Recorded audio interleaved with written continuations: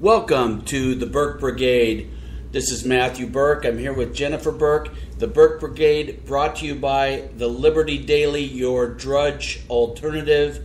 Get all your news that matters for Tea Party activists, principled constitutional conservatives, the real stories that you need to know so that you are well equipped to actually make America great again, to borrow a phrase.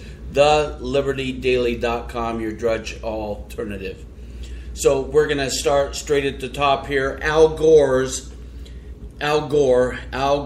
has a new movie out, a new documentary, a climate scam documentary called The Inconvenient Sequel. As you know, his prior flop was called The Inconvenient Truth, where he made all of these outlandish predictions about the catastrophic events that were going to happen weather-wise in the country. Absolutely none of them came true, but nevertheless, he's out for a sequel to preach to his band of useful idiots, the high priest of global warming, the church of global warming, the religion of global warming, climate change, Al Gore. Honey, how did this do at the box office? Oh, it flopped, basically. It came in 15th at the box office. Of course, Al Gore is whining that he's blaming it on the manner in which Paramount Pictures rolled out his film, saying they effectively sabotaged it. Because, he doesn't want to admit to the fact that he's just a washed-up hack who no one cares about, who people have caught on to the fact that he invented his climate change scam so he could found a company where he sells carbon credits so people could feel better about themselves while he lives in his however big mansion with numerous bathrooms, and then says, I absolved myself from my impact on the environment by buying carbon credits for my company so I can cha-ching and make even more money while duping the masses. Oh, you mean his mansion where he spends 34 times the electric bill than your average American? But he buys carbon credits from himself, so it all settles out in the wash. Of course it does not. Okay, so that's it for communist, globalist Al Gore, who, by the way, is still butthurt. He said in a recent interview over the weekend that he actually did win Florida and should have been president. Now, some good news, some positive news, some uplifting news. Oh, some uplifting news. Kurt Warner. I love me some Kurt Warner. I'm a big football fan. I've been following Kurt Warner since he was with the St. Louis Rams. He went from bagger at a grocery store to fulfilling his dream to being an NFL quarterback. I rooted for him the first time he was up for Hall of Fame induction. He didn't make it. And I remember this last go-round, Steve Mariucci said, he's one of Kurt Warner's co-workers for the pregame shows on Sunday. Steve Mariucci said, the question you have to ask yourself when it comes to someone being inducted in the Hall of Fame is whether their story changes the history of football. And he said, and Kurt Warner's story definitely changes the history of football. So Kurt Warner and his wife are big Christians. He has a Kurt Warner Foundation, and he credits Jesus. He credits God for everything he's accomplished in life. And in his Hall of Fame speech, I will quote him. He said, I'm going to conclude with one last moment and one last thank you to the one whom, without a doubt, has left the deepest mark and has become the cornerstone of my life. In the early stage of my career, I had a chance to stand at the podium similar to this in front of millions of people after the Super Bowl. In that moment, I made sure the first thing I did say was thank you to this person for what they had done for me. Not many felt I was thanking them for orchestrating a Super Bowl win, or making my passes fly straighter or causing my opponents to make mistakes. But those people had it all wrong. The gesture was my way of acknowledging how fortunate I considered myself for the moments he had given me, thanking him for the trials which had prepared me for this platform, for showing me that with him the impossible becomes possible, and for choosing me as the lead in this once-in-a-lifetime role. Now, love it or hate it, That opening scene captured the imagination of the sports world, and the words became the heart of my story. The rest, as they say, is history, bringing us to this, the famous last words, in the only place this extraordinary journey can end. His final moment was for me, mine is for him. Thank you, Jesus. Now, remember Tim Tebow, when he would make a great play or score a touchdown or throw a touchdown pass, and he was with the Denver Broncos, he'd kneel down on one knee and make a signal to the heavens, thanking God for his success and his efforts, and he was ridiculed. He was attacked. He was told, don't force your Christianity upon us. Something tells me that Kurt Warner will not suffer the same fate.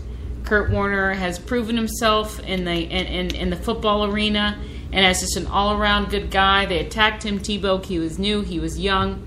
Let's see the same people try to attack Kurt Warner for giving all thanks to God, the Lord God Almighty above. Ain't going to happen. Amen, sister. Okay, let's shift gears a little bit.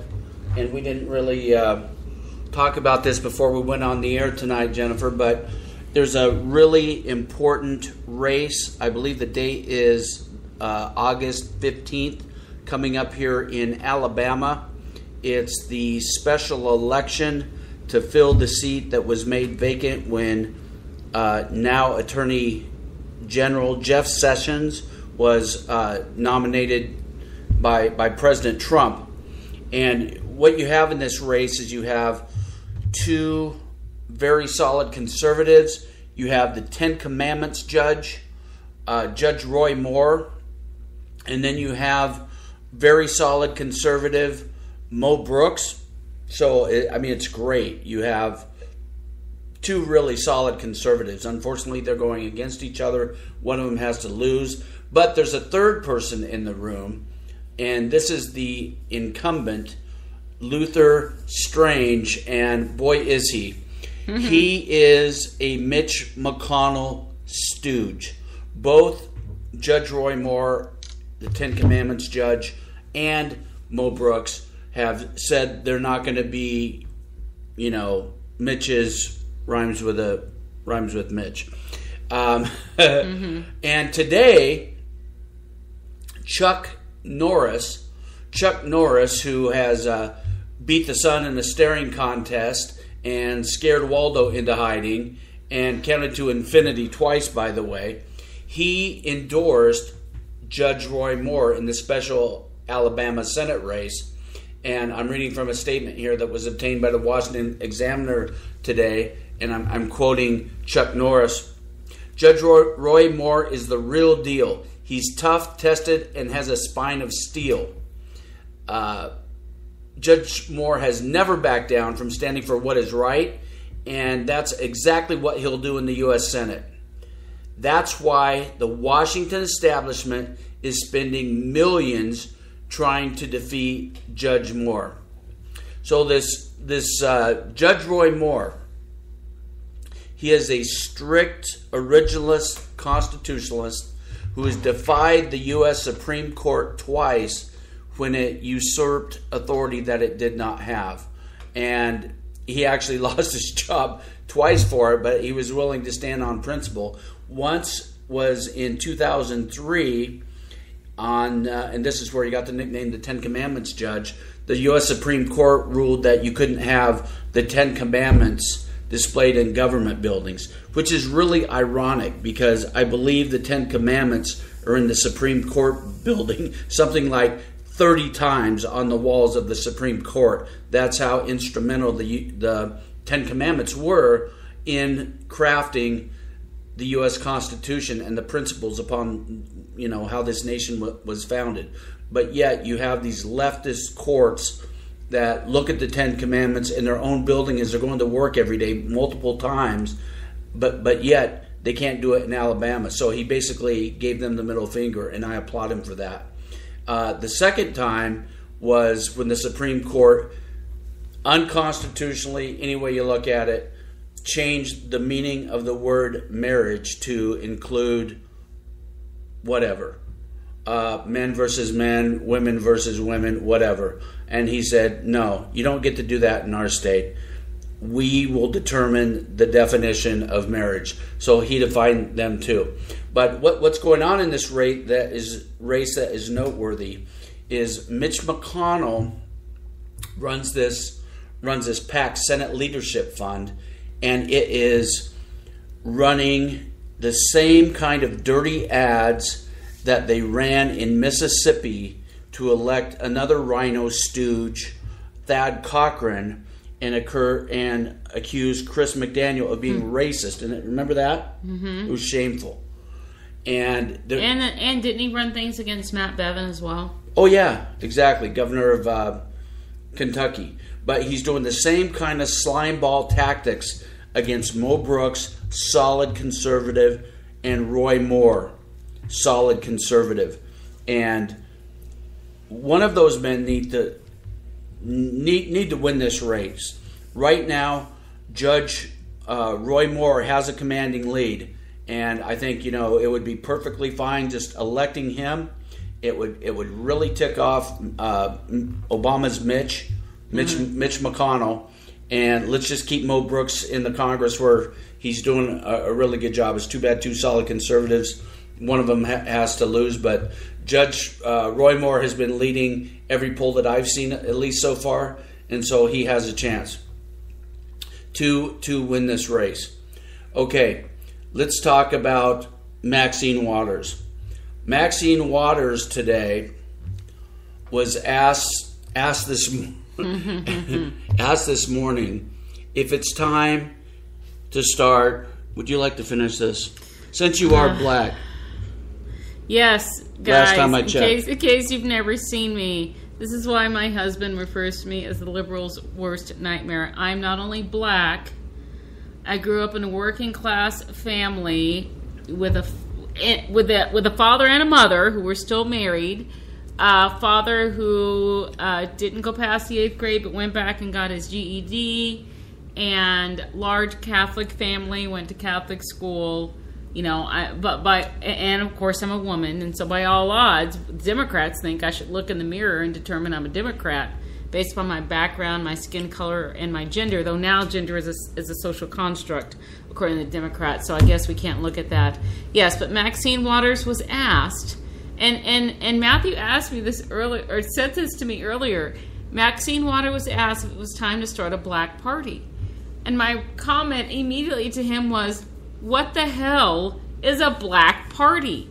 Because, see, people like me and Alan West and Tim Scott shouldn't exist. In fact, Tim Scott, the first black man elected in the South since the Reconstruction, was accused by the NAACP of not believing in civil rights. He was born to a single mom, grew up poor, but he doesn't believe in civil rights. Why? Because he's not a Democrat. So, I don't know. I'm pretty sure you guys would not be invited to Maxine Waters. No, in fact, something just tells me. Remember when Alan West became a congressman, the Congressional Black Caucus said that he wasn't welcome in their meetings. It's towed the progressive line or else. So Maxine Waters, ever since Trump became president, she's poured on the insanity. And seriously, I said this earlier today. I don't mind saying it on air. I can't stand looking at the woman. She's a disgusting human being. I can't stand seeing her disgusting face and hearing her face. Seriously, it's just gross. Honey, tell us how you really feel. I mean, the woman is 80. I don't care. Stop having plastic surgery because it's turning into a freaking clown. Well, she's trying to keep up with Pelosi. I guess so. Both Californians, right? Maxine Waters down for the struggle while living outside of her poor district, living in a multi-million-dollar gated white community. The face of the California Marxist Democrat Party. But, she thinks it's time possibly to start a black party, which is, yet again, Democrats admitting their inherent racism because they believe that blacks should all vote the way they tell them to. Democrats have even tried to rewrite history, claiming they've always been for civil rights. No, they haven't. They're the ones that turned the hoses and the dogs on black people. They're the one that kept black people from using certain fountains fountains, from drinking from different fountains as white people. They're the ones that told black entertainers they couldn't enter into the front door of the hotel they were playing in. They had to enter through the kitchen. But now they want to convince black people that they're down for the struggle and they are in support of them, when in reality what they want to do is keep them dumb, keep them stupid, keep them poor, keep them voting Democrat so Maxine Waters can continue living in her multi-million-dollar house. So yeah, time to start a black party. How about this, Maxine Waters? Why don't you get your black butt back in your multi-million-dollar home and stay there and stop trying to quote-unquote help black people, because in reality what you're doing is lying to them, using them, manipulating them, and hurting them. And should I say me, because I'm a black person, and Maxine Waters, you do not speak for me. So sit down and be quiet. Now, in fairness to mad Marxist Maxine Waters, she did not actually call for a new black party. But when she was asked about it today, and you can get this on our site, one of our sites, thepolitistic.com, where I wrote about it, what she didn't reject the notion. She didn't turn away from the idea at all. She didn't say, wow, that's really a bad idea. That's racist. We can't have a political party based on, skin pigmentation. That just, I mean... Yeah, it'd be the black KKK. Is that what you're advocating for, Maxine What's Waters? next? An all-white party? I mean, if one's racist, so is another one, isn't it? But anywho, but what she basically said was the timing's wrong. It's not the right time. She didn't reject the idea. She just said, no, not at this time, because they black people haven't gotten involved, influenced enough the existing Democrat Party, even though they vote for Democrats over 90%. Yeah, when does she think is the right time? Maxine Waters says she talked about running for president. Heaven help us. Oh, I want that. I want that. In 2020. Then she said Lord she was Jesus. joking. But, is that the right time, Maxine? She wants to call herself, the young people call me Auntie Maxine. If you were my Auntie Maxine, you'd be the one in a straitjacket down in the local mental institution with your hands tied behind your back because you're crazy. She's the crazy aunt in the attic, banging on walls and making strange sounds, and everybody is over at your house for dinner. What is that sound? What is that? Is there a person? No. Just ignore it. It'll go away. In the olden days, that's where they would put mad Marxist Maxine Waters, who, by the way, has been calling for Trump's impeachment before. Whether you hate Donald Trump or love Donald Trump, you probably don't want to call for his impeachment before he even freaking gets into office, right? I mean, does that make sense? I mean, yeah, the guy's got, some issues. He's definitely not perfect. He's not a conservative. Sometimes he is. Sometimes he's not. Sometimes he tweets good stuff. Sometimes he's a little bit off the wall. But at least wait until he takes office before you start calling it impeachment. And she really can't articulate why. But because she can't articulate. Yeah, and of course she spoke at the BET Awards too over the weekend, and naturally she called for President Trump's impeachment again. So Hillary Clinton was in the news again today. Hillary Clinton, and this is reported by The Atlantic, which is a left-wing website, but it's one of these, uppity, hoity-toity, New York coastal elitist type websites, so they're a little bit sycophantic towards Hillary, but I think it's a clown show. They have an article, and you can find this on there if you want, theatlantic.com. It's entitled, are you sitting down? Hillary wants to preach. Okay, I have to say this. Earlier today, Matthew said to me, did you see the article about Hillary wanting to be a preacher? Oh, yeah.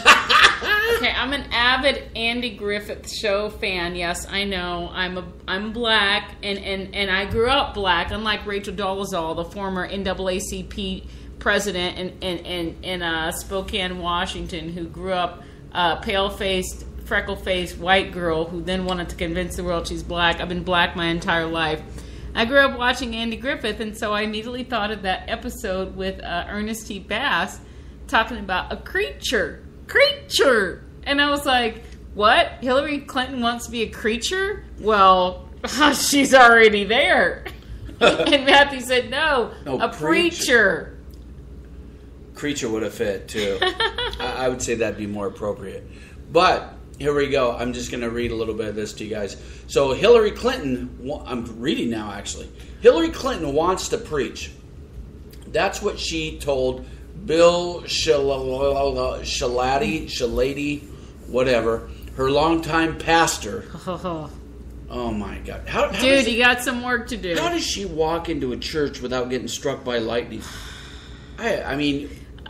Let's see if you read the part that I read earlier, and I was like, "Oh yeah, that's telling." You know, I'm telling you, when you go to heaven, that's got to be one of the first questions you ask God. Yeah, you're Hillary Clinton's pastor, and then the big doors open down below you, and you drop down. Yeah, you fall down the laundry chute.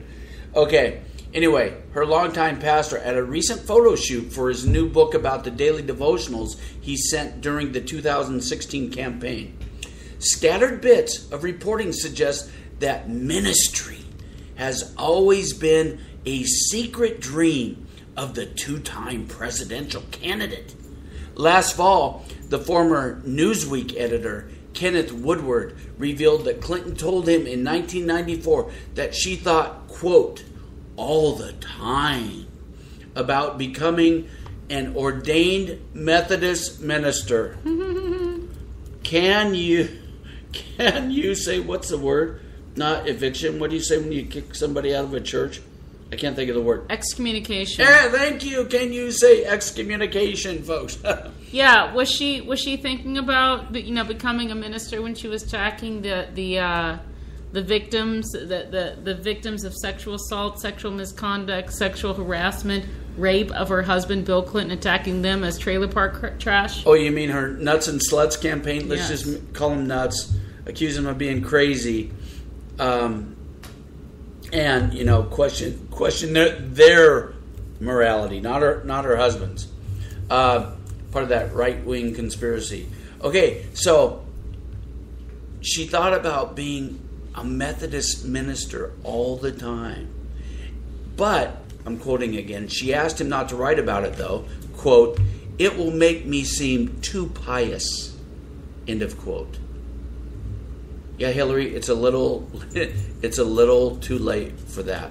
So then, the end of the first paragraph here in the left-wing Atlanta. The incident perfectly captures Clinton's long campaign to modulate and sometimes obscure expressions of her faith. Can you gag me with a pitchfork? Good God. Hillary. Who So are you going to stand before God and everybody and look God in the eye and say, yes, God, I believe that we should kill the most innocent of people on your green earth. I believe that babies in the womb have absolutely no rights. I recognize them as persons, which she said in speech. She recognized them as persons, but they had no constitutional right to life, and they could have scissors stuck in the back of their head to kill them, even if they survived the abortion attempt. Yeah, Hillary, that's real pastor-like. That's just a pastor-like thought process. Okay, moving on here to another left-wing commie pinko. We have Governor Moonbeam. Everybody know who Governor Moonbeam is? Governor Jerry Brown of California. He's a Democrat, former presidential candidate. And how did he earn the nickname Governor Moonbeam? He was actually previously a governor of California. This was before Ronald Reagan turned the state around, really turned California around, which led to his presidency ultimately. His policies and his ideas were so out there, so out of the world, so wacko. Yeah, so whacked that somebody coined the term Governor Moonbeam, and it stuck to this day. So he was on Meet the Press today with Chuck Fraud. Today or yesterday? No, it was today. It was that MSNBC, not the NBC version, the daily version. All right. MTP Daily, Meet the Press Daily, or as if whatever everyone's the hell it clamoring is. for it. Yeah, with Chuck Fraud. And of course he wasn't, challenged by Chuck Fraud, but he told Chuck Fraud, Governor Moonbeam did, that the United States needs to emulate the communist Chinese. The United States needs to emulate the communist Chinese. So I'm reading now from the Washington Free Beacon today. And he's complaining here about, two areas. Two areas he's saying that we should emulate the commies. And believe me, there are more areas, folks. He's just, hitting the big shots here. So one is infrastructure. Here's what he said about infrastructure. Washington can't even build roads and bridges in our country, much less spreading the American dream all around the world, he said. If we're going to be the great power we all want to be, we're going to have to start rolling up our sleeves, raising some revenue, and getting the job done. These communist butchers, this brutal regime in China that, kills political opponents, imprisons political opponents, and he's praising this President Xi or whatever his name is.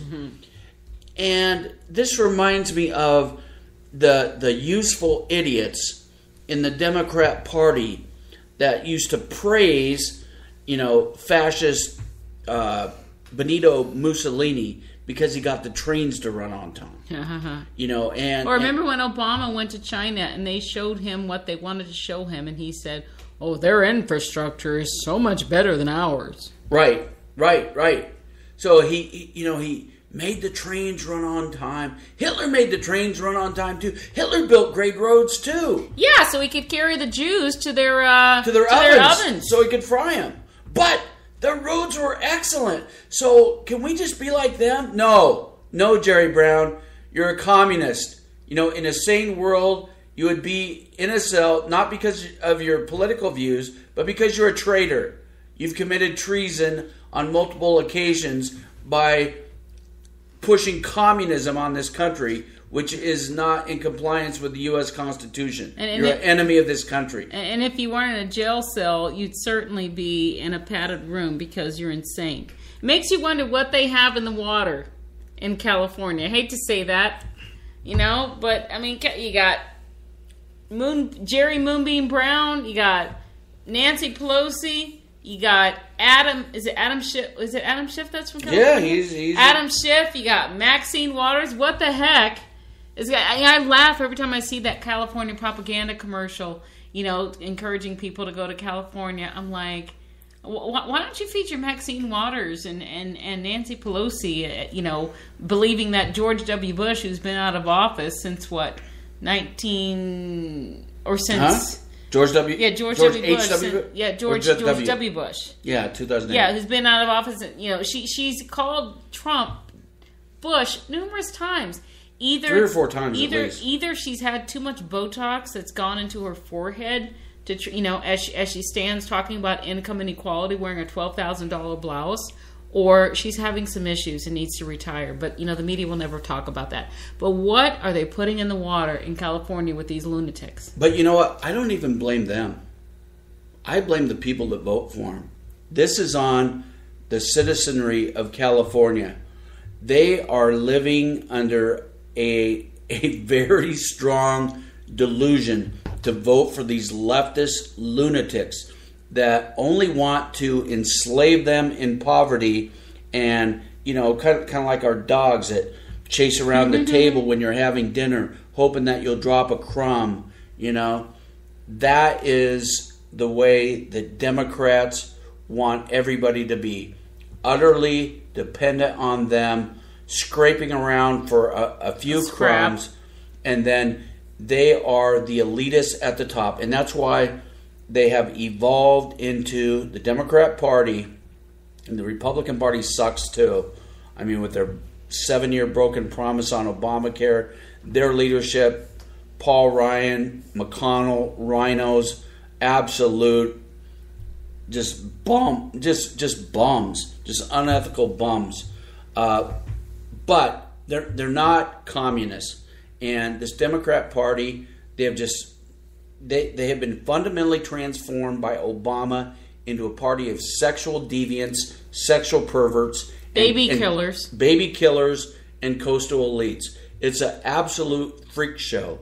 I would call them clowns, but I like clowns. They tend to be nice and entertaining, innocent and funny. Yeah, they're absolute total freaks. So that's it for California. Did you hear that Loretta Lynch is using an alias, or not using? She used an alias to do official government business while as Obama's Attorney General. Shocker. Yeah, real shocker there. So nothing to see here, folks. Move along. You know, all above board. The most transparent. Yeah, Russia. The most transparent administration in history. So transparent that they used phony names to conduct government business. Yeah, now we know why Obama was hell-bent on keeping his BlackBerry, you know, so that he could communicate with his cabinet in secret, or so they thought, until it was uncovered, till it was revealed in secret, not on government communication channels, doing who in the world knows what. Absolutely shameful. And this has been confirmed by the Daily Caller. The title of the article is, "Here's the alias email account Loretta Lynch used as Attorney General." She goes by the pseudonym Elizabeth Carlisle. You know, that's at least that's better than the former Obama EPA head. What was her name? I don't recall her name. But I recall her phony name. She did her emails under Richard Windsor or something like that. So what this story indicates here, and I wrote about this on Politistic, I believe on Friday, but there were a bunch of emails that were uncovered by Judicial Watch here recently, and they showed that James Comey lied. He lied through his teeth about having... But he's so above board. Oh, and bipartisan and pure as a driven snow. He was appointed. Didn't they say he was appointed by Bush? Yeah, he's appointed by Bush, so that makes him great because Bush had an R next to his name, and so therefore it's all good. No, it doesn't mean anything. These R's and D's next to each other, people's names.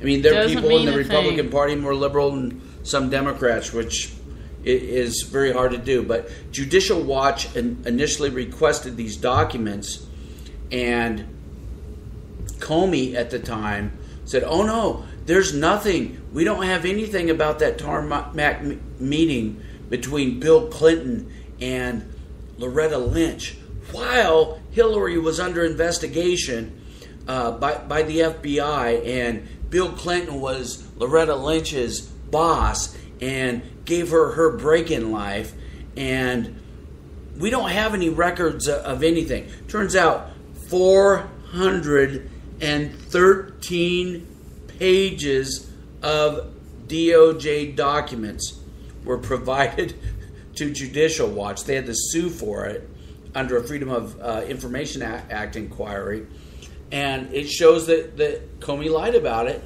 and it also shows that they were in an absolute panic trying to put together talking points, trying to spin it.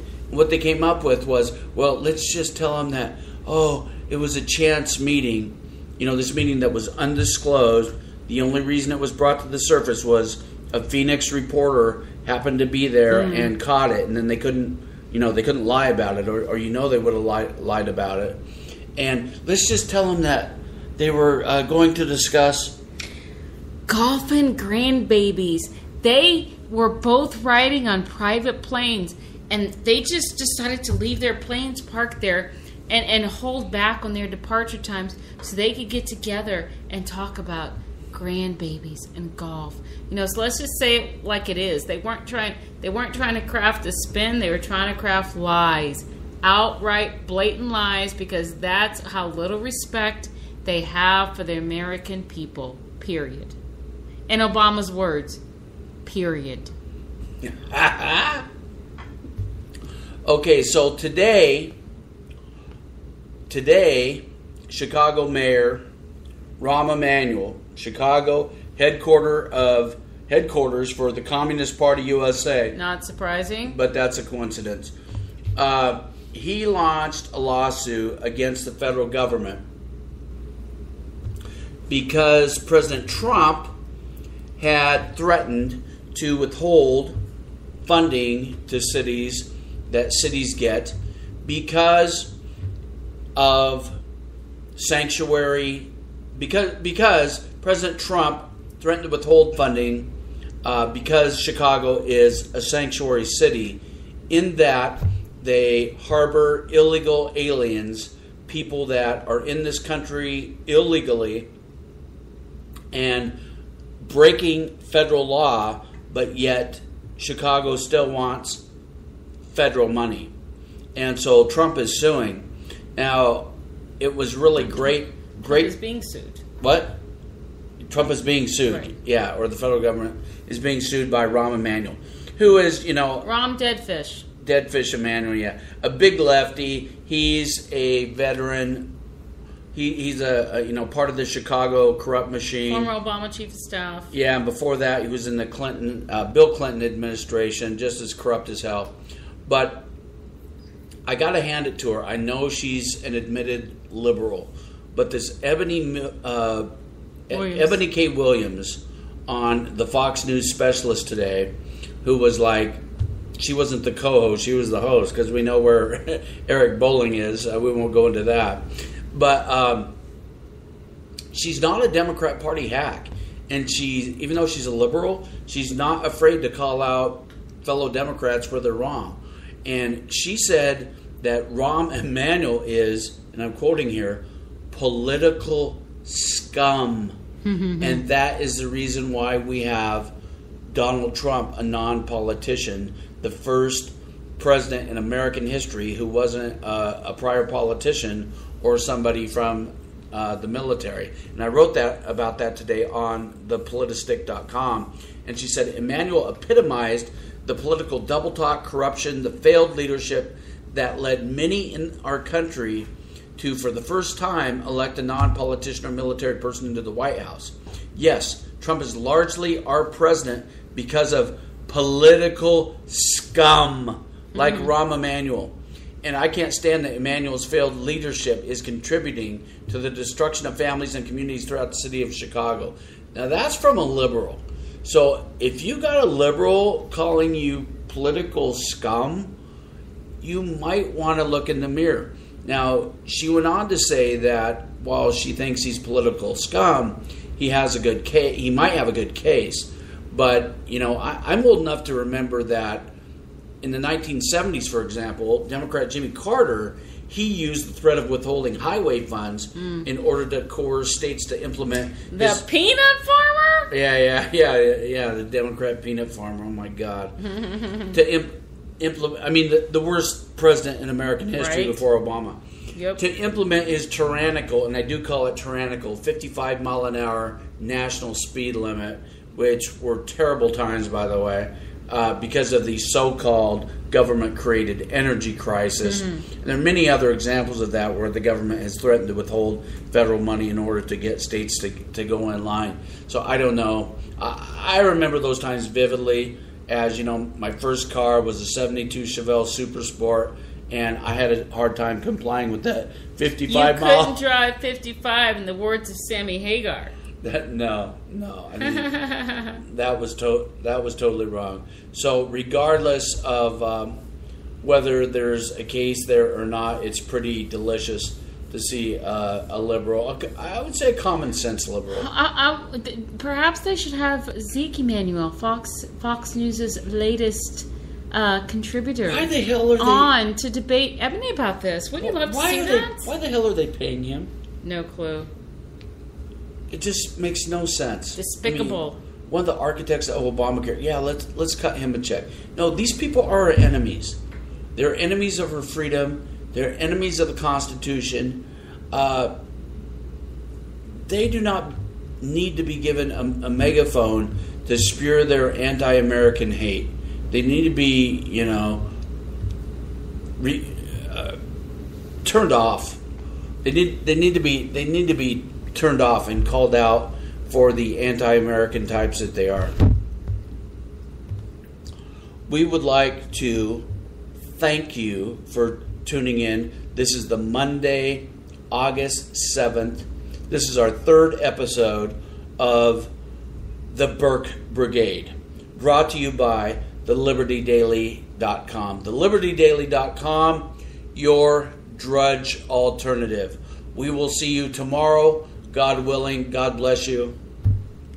God bless America. Thank you for tuning in, everybody. Please, if you like the message that we have to share, if you like our thoughts, if you like what we're talking about, share on social media, because Google, Facebook, YouTube, all those places that began out of Silicon Valley, or mostly run out of Silicon Valley, want to squash the conservative voices. We cannot let them win. So please help us get the voice out there. America, what a country. Have a great evening, everybody. God bless you.